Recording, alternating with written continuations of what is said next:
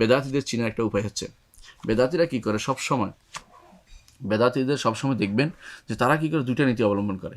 যখনই আপনি কোনো দলিল দিবেন তখন তারা কী বলবে, তখন তারা স্পষ্ট দলিলটাকে অস্পষ্ট দলিল দিকে নিয়ে যাবে, স্পষ্ট দলিলকে অস্পষ্ট দলিল দিকে নিয়ে যাবে। তাদের কাজ হচ্ছে এটা।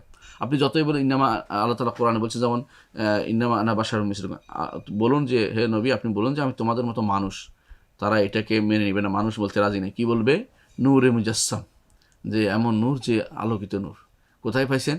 কাদ জাআকুম মিনাল্লাহি নূর। আরে এটা তো, এই আলো তো হেদায়েতের আলো, এটা তো হইতে পারে, এটা নাকি হইতে পারে? হতে পারে। নূর তো হেদায়েতের আলো। কোরআন আল্লাহ উল্লেখ করেছেন বহু জায়গায়, তাওরাতকে নূর বলেছেন আল্লাহ তাআলা, তিনি ওহীকে নূর বলেছেন, ঈমানকে নূর বলেছেন, ইসলামকে নূর বলেছেন, এবং হাদিসের মধ্যে বহু জিনিসকে নূর বলা হচ্ছে।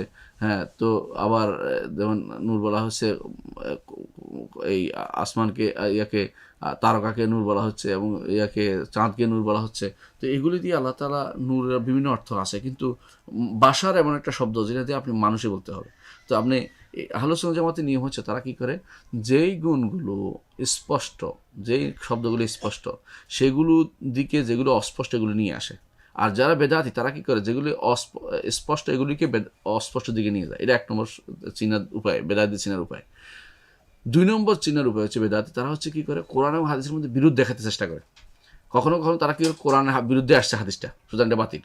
কখনো বলবে যে না, কোরআন এই হাদিসের বিরুদ্ধে হাদিস আসছে, বিরুদ্ধে দুইটা হাদিস পরস্পর বিরোধী হয়েছে, সুতরাং হাদিসগুলি বাতিল, আমরা কোরআন নেব। এইগুলো বেদাতিদের চিহ্ন। এটাই হচ্ছে এই তাবৎকালে যত বেদাতি আছে সবসময় এটা তাদের মধ্যে পাবেন। তারা হচ্ছে হয় দেখবেন আশারি, মাতুরিদি, মুতাজিলি, কাররামি, যত ফেরকা আছে, শিয়া, এই জাতীয় যত ফেরকা আছে, খারেজি, এগুলো সবগুলি ফেরকাদের মধ্যে বড় একটা কাওয়াস মুশতারেকা যেটাকে বলা হয়, একটা যেই জায়গার মধ্যে সবাই একমত হয়ে গেছে, এটা হচ্ছে সবসময় তারা দুইটি কাজ করে। একটা হচ্ছে স্পষ্ট সিফাতকে অস্পষ্ট দিকে নিয়ে যায়, আর কখনো কখনো যদি কোরআন হাদিসের মধ্যে বিরোধ দেখাবে, অথবা কোরআনে বিরোধ দেখাবে, হাদিসের বিরোধ দেখাবে, দেখে তারা আমল করতে দূরে থাকবে। ইবনে কাইয়িম রাহমাতুল্লাহ এটা উল্লেখ করেছেন তার এক কিতাবের মধ্যে, এবং সেটা তার সাওয়াকুল মুরসালের মধ্যে। এর অর্থ হচ্ছে এটাই তাদের স্বাভাবিক নীতি হচ্ছে এটা। যদি এটা না হতো তারা হেদায়েতের পর তারা থাকতে পারতো।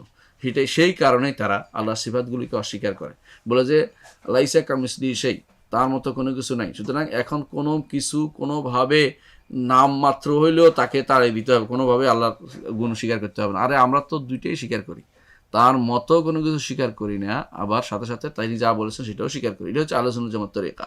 আর যারা বিভ্রান্ত তারা দুইটাই কাজ করে। একটা হচ্ছে যে বাড়াবাড়ি করতে করতে পারে আল্লাহ যেটা বলেছেন মতো, সুতরাং বান্দাও আল্লাহর মতো, নাউজুবিল্লাহ, এভাবে বলে ফেলতেছে।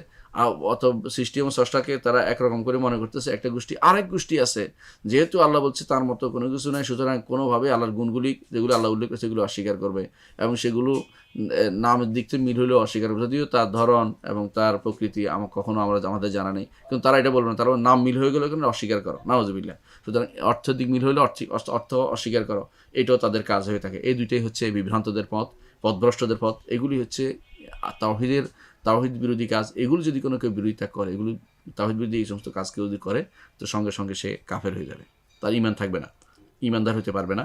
যত আমলই করুক না কেন জাহান্নামে যাবে, কারণ সে আল্লাহর সিফাতকে অস্বীকার করেছে, আল্লাহর গুণকে অস্বীকার করেছে। আল্লাহ তাআলার নাম গুণকে তারা অস্বীকার করে, তারা তামসিল করে, অর্থাৎ সৃষ্টির মতো মনে করে, অথবা আল্লাহ তাআলা এগুলিকে অর্থশূন্য করে, তামসিল করে, অথবা তাতিল করে, অথবা তাউইল করে, অথবা তাহরিফ করে। কোনোটাই গ্রহণযোগ্য নয়।